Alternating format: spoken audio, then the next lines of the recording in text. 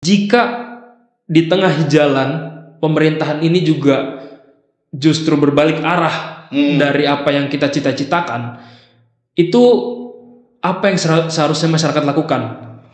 Kalau kita misalnya di kelompok gerakan mahasiswa, pasti kan melakukan pressure terhadap kebijakan-kebijakan yang kita nilai itu nggak berpihak kepada rakyat atau menyalahi misalnya konstitusi.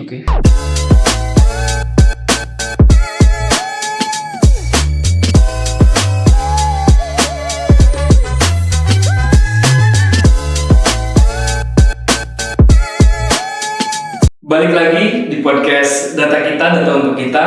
Pemirsa semua, kali ini kita kedatangan seorang tamu spesial, di mana beliau merupakan seorang aktivis tulen seperti itu, aktivis pro demokrasi yang tergabung ke dalam Liga Mahasiswa Nasional untuk Demokrasi, Ketua LMND, yaitu Mas Muhammad Asrul. Halo Mas, selamat datang di podcast Sederhana kita. Pemirsa semua, di sini kita sudah ada Mas Asrul, yang mana sudah pasti kita akan membahas soal gerakan mahasiswa dan anak muda, lebih tepatnya dengan demokrasi, Mas. Jadi beberapa tahun belakangan kita tahu bahwa demokrasi Indonesia ini kan sedang tidak baik-baik saja. Banyak yang bilang kan demokrasi Indonesia secara teoritis ya Mas ya, ada yang bilang cacat, ada yang bilang mundur, ada yang bilang terjun bebas dan lain sebagainya, Mas. Saya ingin mendengar pandangan Mas Asrul dulu nih, kira-kira bagaimana secara global demokrasi Indonesia saat ini, Mas. Kalau kita lihat sekarang, memang kan kondisi global kita ini kan menghadapi satu tantangan yang berat ya. Pasca perang Rusia sama Ukraina, terus bagaimana geopolitik di kawasan Arab ini yang sekarang lagi memanas, Cina sama Taiwan. Ini sebenarnya butuh satu langkah-langkah strategis sebenarnya untuk bisa mengantisipasi geopolitik global yang lagi memanas ini. Situasi di Indonesia sih sebenarnya kalau kita lihat gambaran demokrasi kita dengan melihat beberapa indikator, menurutku kalau banyak perspektif yang selama ini berkembang perspektifnya karena di mana kekuasaan oligarki itu cukup punya andil yang besar untuk bisa mengontrol demokrasi, jalannya proses demokrasi di Indonesia. Kita melewati dua fase dalam demokrasi kita, soal pemilu kemarin, pemilihan presiden, kemudian anggota legislatif. Sekarang kita akan diperhadapkan dengan pemilihan kepala daerah.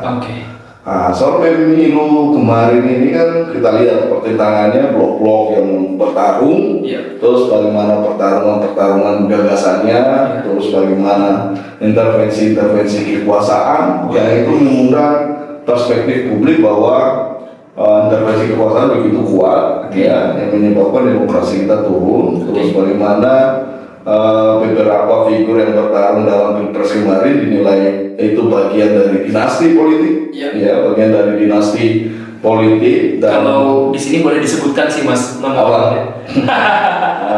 Nggak apa-apa. Publik udah tahu siapa yang menjadi dinasti politik. Dan di Indonesia ini kan Mas boleh agak sedikit kan? Dan di Indonesia ini kan soal dinasti politik itu kan cukup lumrah cukup lumrah meskipun itu nggak sehat secara demokrasi kita, karena bicara soal regenerasi kepemimpinan nasional maupun regenerasi kepemimpinan daerah. Tapi kita juga nggak bisa menyalahkan mereka lahir dari rahim siapa, terus orang tuanya berasal dari mana. Tapi yang kita harapkan bahwa ruang demokrasi yang disediakan untuk anak muda ini harus dibuka seluas-luasnya supaya semua anak-anak muda, semua mahasiswa yang hari ini mau terjun dalam dunia politik itu memiliki ruang yang luas gitu. Apakah ini juga bisa kita klaim bahwa kesalahan partai politik, Mas, untuk kaderisasi dan rekrutmen? Saya setuju karena indikator sebuah demokrasi yang sehat itu kan kita lihat bagaimana sehatnya demokrasi dalam internal partai politik. Partai politik kita itu dalam sejarahnya dalam menghadapi beberapa momentum pemilu kan ini semua ngomong soal dinasti politik, soal politik uang dan sebagainya ya. Politik identitas dan sebagainya. Tapi proses kaderisasi dan regenerasi pemimpinan di partai hari ini kita lihat belum ada yang begitu bisa menjawab persoalan-persoalan yang kita sebutkan tadi. Apakah ada sekarang misalkan salah satu partai yang menolak dinasti politik di semua partai yang ikuti kontestan pemilu kemarin? Kan nggak ada. Nggak ada juga. Iya kan? Mereka ada yang mendukung soal dinasti politik, anak, keluarga, ada yang ujung-ujungnya merapat juga. Merapat, terus agak susah. Kita agak susah melihat partai-partai politik hari ini yang bisa yang bisa memberikan secara internal itu soal regenerasi kepemimpinannya dengan baik, soal politik-politik gagasannya, terus bagaimana bisa menjawab tantangan-tantangan Indonesia hari ini. Tapi bicara soal regenerasi seperti itu ya Mas, kita tahu bahwa ya memang ini fakta ya. Mas Gibran itu yang terpilih sebagai wakil presiden sekarang, itu kan tergolong ke dalam usia yang cukup muda, sangat muda. Nah, apakah itu juga membuka keran untuk anak muda bereksplorasi di dalam dunia politik praktis, Mas?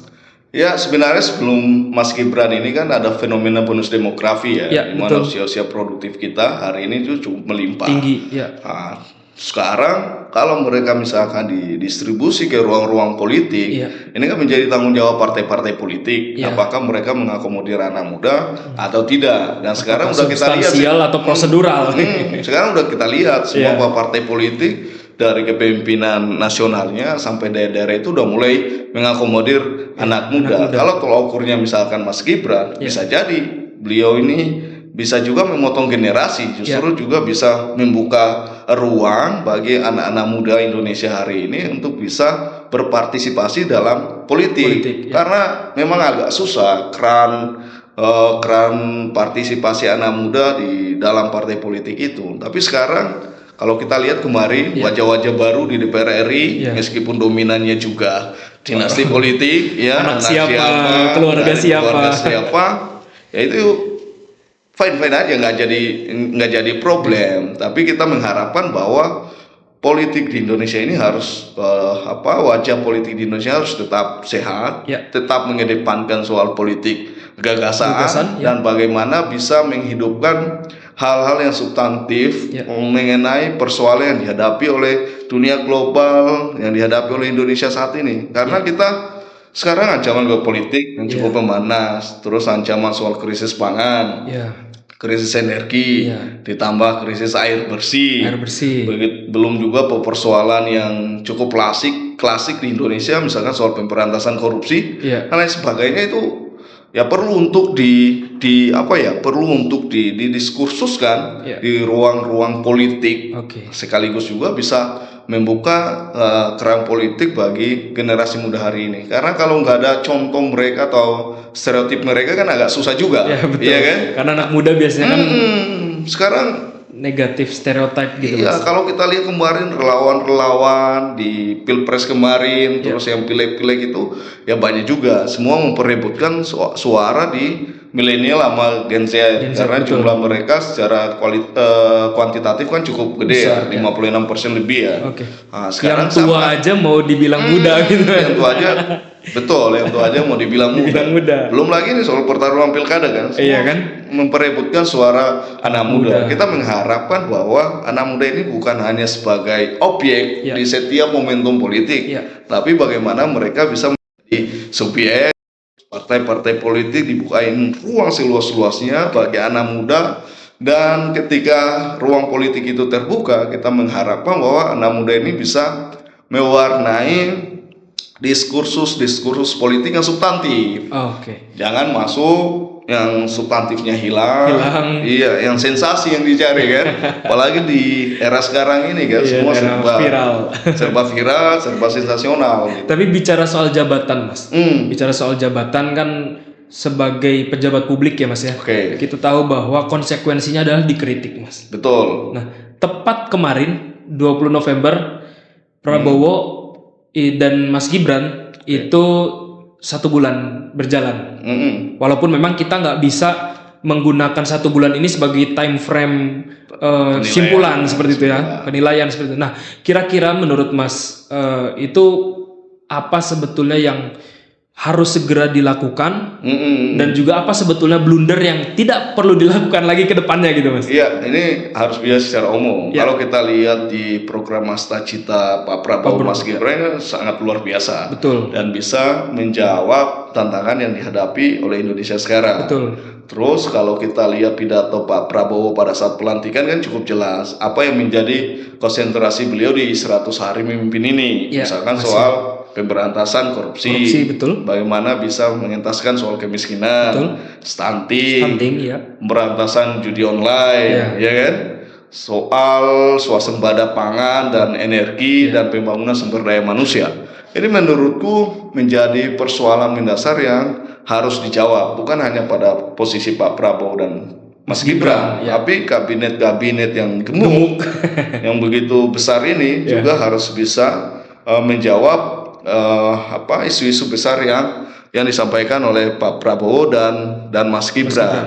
Sebulan ini menurutku apa yang dilakukan oleh Pak Prabowo dan Mas Gibran yang fokusnya itu gimana kita lihat sekarang ini kunjungan Pak Prabowo setiap di luar negeri menghadiri acara-acara internasional dan seruan dia soal perdamaian dunia itu perlu diapresiasi menurutku. Sekaligus juga dia mampu memanfaatkan posisi Indonesia dengan politik luar negeri yang bebas aktif ini untuk bisa mendekatkan diri terhadap negara-negara di kuasa sekarang. Misalkan kayak Cina, kayak Amerika diterima langsung oleh Joe Biden, di Cina Xi Jinping, terus Rusia dan beberapa negara-negara APEC Inggris. Ini sangat-sangat positif untuk bisa menjawab tantangan global hari ini. Untuk nasionalnya menurutku gagasan dia soal swasembada pangan, swasembada energi, swasembada gizi soal stunting, kemiskinan dan sebagainya. Kulihat menteri-menteri kabinet Pak Prabowo ini lagi bekerja ekstra, termasuk soal pembangunan perumahan rakyat itu kan. Itu menurutku udah sangat perlu kita apresiasi, meskipun kemarin ada beberapa blunder, misalkan Menteri Desa daerah tertinggal Menteri Desa daerah tertinggal dan beberapa menteri di kabinet Pak Prabowo. Tapi it's okay, ini masih adaptasi ini masih adaptasi dan kita mengharapkan bahwa menteri kabinet ini bekerja lebih ekstra untuk memenuhi ekspektasi Pak Prabowo dan Mas Gibran, termasuk program makan siang gratis. Itu yang menjadi menjadi sebetulnya bukan di satu sisi beban tapi di satu sisi kan beliau sudah menjadikan itu sebagai komitmen lah kepada bangsa Indonesia ini. Jangan sampai dengan koalisi yang sudah besar, bahkan bukan hanya menterinya Mas, wamennya, staf susnya, staf penasihatnya dan lain sebagainya. Seharusnya ini menjadi benefit buat Pak Prabowo untuk bisa berkinerja lebih baik seperti itu. Nah, tinggal bagaimana kan mungkin Mas kalau dalam pikiran saya bagaimana juga Pak Prabowo dan Mas Gibran turut mengawasi seperti bukan maksud saya mengawasi langsung, tapi turut mengawasi bagaimana jalannya kinerja pasukannya lah bisa disebut. Nah, kalau Mas lihat Pak Prabowo itu kan dilatar belakangi oleh militer sebenarnya, yang mana tegas, kemudian militer identik dengan tegas, terus juga on time, terus juga berani dan lain sebagainya. Apakah menurut Mas itu juga akan menjadi gambaran pemerintahan kita ke depan, atau justru itu yang berdampak quotes and quotes negatif seperti itu? Karena kan banyak yang bilang bahwa isu di sana yang mungkin saja menjadi orang yang tidak suka dengan pemerintahan bilang bahwa ini akan otoriter dan lain sebagainya. Nah, kalau Mas melihat memang baru 1 bulan sebenarnya, bagaimana kira-kira? Bisa kita lihat sih bagaimana track record Pak Prabowo Beliau ini kan bertarung bukan sekali aja nih, udah ketiga kalinya bertarung. Terus komposisi antara Pak Prabowo dan Mas Gibran ini kan militer sipil ini. Ya sebelumnya kalau kita pelajari bangsa Indonesia presiden pertama sampai yang terakhir ini kan kombinasinya sipil, militer, sipil, militer, sipil, militer. Nah kita Pak Prabowo dan Mas Gibran ini kan ini perpaduan antara militer dan sipil. Dan kalau kita lihat kabinetnya komposisinya ini kan menggambarkan bahwa Pak Prabowo dan Mas Gibran ini mengakomodir semua komponen, ya, mengakomodir semua komponen, baik dari birokrasi tulennya, dari pengusahanya ada, dari politisi jalannya juga ada, ya, aktivis-aktivis jalanan itu kan banyak terakomodir ke dalam. Senior Mas gitu ya.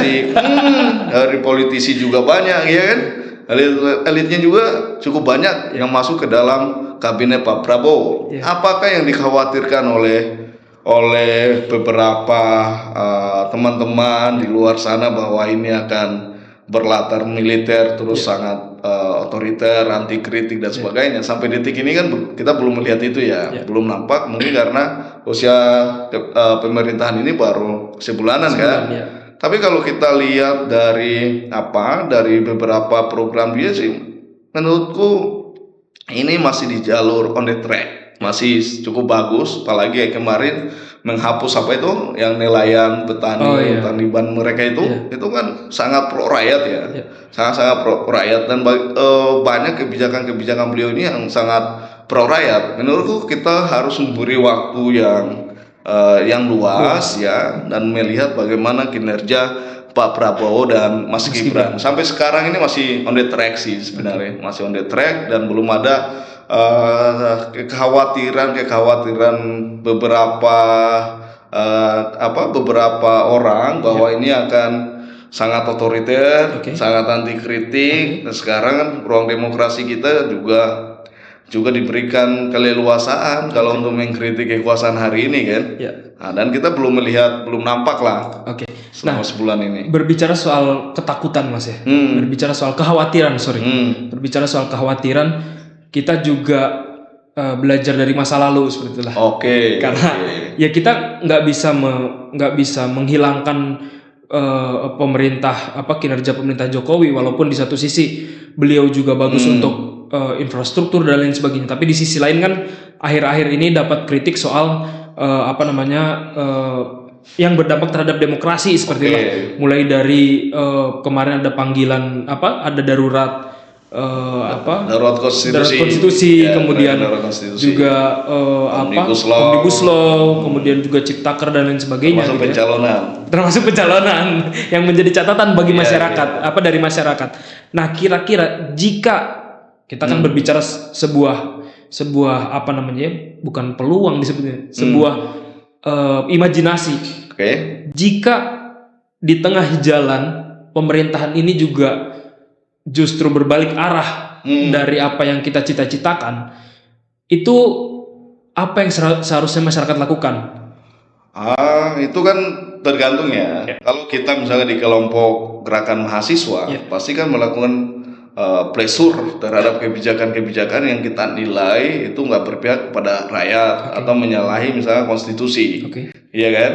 Nah, sampai sekarang ini kan beda kepemimpinan lah, Pak Jokowi dan Pak Prabowo. Meskipun Pak Prabowo selalu bicara soal keberlanjutan kepemimpinan, tapi kan sampai sekarang belum kita lihat kebijakan-kebijakan yang nggak pro rakyat lah, belum sampai sekarang ini. Kalau kita lihat bahwa kekhawatiran masyarakat terhadap masa lalu beliau itu menurutku udah selesai lah. Udah selesai, dan itu juga menjadi isu tiap menjelang pemilu. Iya kan? Isu itu kan ya isu yang selalu dikeluarkan kalau menjelang pemilu, pemilihan presiden dan wakil. Bahkan zaman SBY juga dulu seperti itu ya Mas. Zaman Pak Jokowi 2 periode, ya kan? Dan nggak ada juga ketegasan dari partai-partai yang berkuasa pada saat itu untuk menyelesaikan persoalan-persoalan ini. Kalau ada kekhawatiran seperti itu kan didorong aja. Semua punya kekuasaan di parlemen, semua punya kekuasaan di eksekutifnya kan. Tinggal didorong aja seperti apa. Tapi kan negara udah anggap selesai. Iya kan? Negara udah anggap selesai. Jadi kita harus juga melihat sekarang ini adalah bagaimana pentingnya konsolidasi itu. konsolidasi nasional kita ya. Karena tantangan kita ini dihimpit oleh situasi geopolitik yang memanas, terus situasi nasional kita secara ekonomi ya, secara ekonomi juga belum terlalu baik ya. Sekarang kita lihat pengetatan anggaran di semua kementerian yang bikin pusing, iya kan, menteri-menteri pada pusing. Dipecah, ada menteri yang udah dapat gedung, ada yang belum punya kantor, ada yang udah dilarang ke luar negeri, ya kan, punya aktivitas di hotel udah mulai dibatasi misalnya, pelatihan atau apa sebagainya, karena memang butuh pengefisiensi anggaran sekarang ini. Kalau kita lihat gimana statement Ibu Sri Mulyani ya. Dan perintah Pak Presiden tentunya Pak Prabowo, dan ini menurutku ya langkah-langkah positif lah, langkah-langkah positif. Kalau terlepas dari masa lalu beliau, menurut kita lihat aja beliau ini sejauh apa kan komitmennya dan sejauh apa komitmennya dan keberpihakannya kepada rakyat. Sejauh ini on the track sih menurutku ya. On the track 1 bulan ini. 1 bulan ini masih cukup bagus. Sekarang kita belum gerak. Belum gerak. Berarti ada rencana gerak. Kalau ada kebijakan yang tidak pro terhadap rakyat, ya udah jadi tanggung jawab moral kita, masyarakat, sosial kita ya. Dari gerakan mahasiswa. Mas, melihat mungkin ini beberapa pertanyaan terakhir. Pertama, saya ingin menanyakan 5 tahun ke depan ini kan sebetulnya bisa disebut panjang, bisa, tapi disebut pendek juga bisa. Kira-kira tantangan apa yang paling terberat dirasakan oleh pemerintahan? Paling kalau kita lihat beberapa analis analis ekonomi, analis politik, ya tantangan terberatnya soal geopolitik inilah. Soal geopolitik kawasan ini yang lagi memanas. Tapi itu dijawab oleh Pak Prabowo dengan konsolidasi dia ini di luar negeri ya, melakukan konsolidasi Amerika, Cina, Rusia kemarin, terus sekarang ke Inggris, negara-negara APEC ya kan. Ini kan luar biasa. Apalagi Indonesia pada posisi kemarin menghadiri pertemuan bridge itu kan, bridge itu luar biasa menurutku, dan itu harus diapresiasi sebagai bagian dari posisi Indonesia dalam politik luar negerinya yang bebas aktif, nggak memilih siapapun ya. Kondisi nasionalnya ya persoalan ekonomi tadi lah, persoalan ekonomi yang orang udah banyak yang memprediksi bisa jadi akan terjadi krisis, bisa jadi akan terjadi krisis, dan persoalan-persoalan mendasar rakyat itu yang perlu diselesaikan, soal kemiskinan, soal stunting, ketimpangan sosial itu cukup tinggi Mas. Sekarang perbandingan ketimpangan sosial itu cukup tinggi dan angka pengangguran itu cukup tinggi juga. Bayangkan kemarin BPS itu angka pengangguran Gen Z saja, satu generasi Gen Z itu hampir 10 juta, itu 9,8 juta. Jadi pertanyaannya, akan menjadi Indonesia emas atau Indonesia cemas? Ini yang lagi didiskusikan juga kelompok gerakan. Tapi kalau kita lihat program-program Pak Prabowo dan Mas Gibran, kalau itu berhasil dieksekusi, itu bisa membuka ruang lapangan pekerjaan yang besar ya, meskipun juga kayak program makan siang gratis kan sekarang banyak yang mengkritisi soal beban anggarannya, beban fiskalnya sangat tinggi, cukup besar ya. Tapi kalau itu misalkan bisa diselesaikan ya, makanya kan sekarang otot bagaimana menaikkan angka kemiskinan, terus mendorong pertumbuhan ekonomi ini bisa sampai 8%. Untuk bisa membiayai tentunya program-program yang populis dari Pak Prabowo dan Mas Gibran. Apalagi ada beban program dari Pak Jokowi kemarin seperti IKN ya. Iya. Nah, mungkin terakhir Mas, saya ingin menanyakan soal jika teman-teman LMND diberikan kesempatan bertemu Pak Prabowo dan juga Mas Gibran, apa yang ingin disampaikan kepada mereka, Mas? Pertama, kita sekarang ini kan kemarin menggodok manifesto pendidikan nasional itu sebagai jalan keluar. Sudah dirilis Mas? Udah kita rilis ke media. Kemarin kita tawarkan juga ke beberapa calon presiden, termasuk tim Pak Prabowo soal manifesto pendidikan nasional. Sebelum pilpres ya? Sebelum pilpres, karena kita melihat bahwa salah satu di dalam asta-cita Pak Prabowo itu kan bagaimana bisa menyiapkan sumber daya manusia yang kompeten yang kompeten dan berkualitas. Pintu masuknya itu ya pendidikan. Sementara sistem pendidikan kita yang kita analisa itu bahwa ini zaman udah bergerak, kemajuan teknologi informasi itu sangat pesat, sementara kurikulum kita berada di belakang kemajuan itu. Nah, kita mengharapkan bahwa ini harus ada perbaikan di dalam sistem pendidikan kita, khususnya kurikulum pendidikan, termasuk soal tenaga lulusan, kualitas pendidikan kita. Nah, dan ada persoalan yang mendasar, Mas. Soal akses pendidikan. Itu banyak angka putus sekolah yang tinggi, dari SD ke SMP, SMP ke SMA, SMA ke perguruan tinggi, maupun dia masuk ke perguruan tinggi, baik negeri maupun swasta.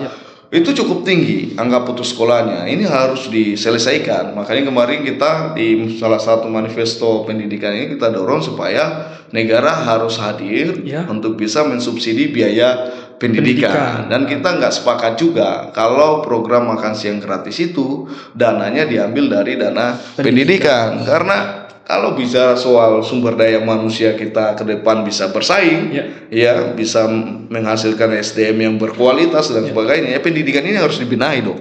Pendidikan ini harus dibenahi. Berarti bukan hanya makan saja, tapi pendidikan juga harus dibenahi. Setidaknya bisa menjamin akses pendidikan. Kayak kemarin Jakarta itu udah diketok palu di DPRD untuk menggratiskan pendidikan sampai SMA, baik negeri maupun swasta. Ini kan perlu kita apresiasi sebenarnya ya, apalagi kalau sampai tingkatan perguruan tinggi, baik negeri maupun swasta. Atau misalkan kita bisa belajar, Mas, COVID kemarin, itu berapa tenaga kesehatan kita yang meninggal, dokter, perawat, dan kita sampai kekurangan dokter di Indonesia, kan?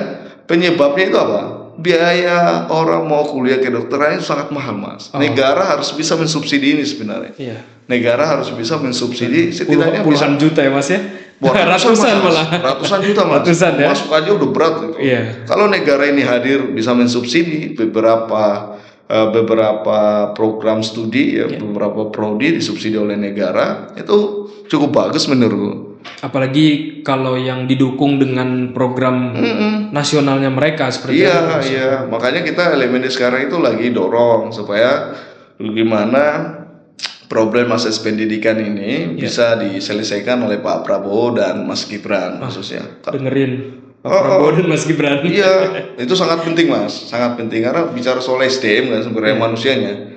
Kalau SDM-nya nggak siap berkompetensi, berkompetisi susah. Nggak berkualitas, susah. Nggak bisa dihilangkan dengan pendidikan ya, Mas ya? Iya, bisa dihilangkan dengan perbaikan di kurikulum dan sistem pendidikan. Oke, baik Mas Asrul. Terima kasih catatan-catatannya soal Pak Prabowo dan Mas Gibran nih, Mas Asrul. Barangkali nanti 100 hari kah? Betul. Atau 1 tahun kah? Betul. Kita diskusi lagi di sini. Siap. Kita evaluasi, kita berikan catatan dan catatan objektif yang pastinya seperti podcast kita namanya Data Kita. Berdasar dengan data. Terima kasih pemirsa. Sampai bertemu di episode selanjutnya. Makasih Mas Asrul. Ya, sama-sama.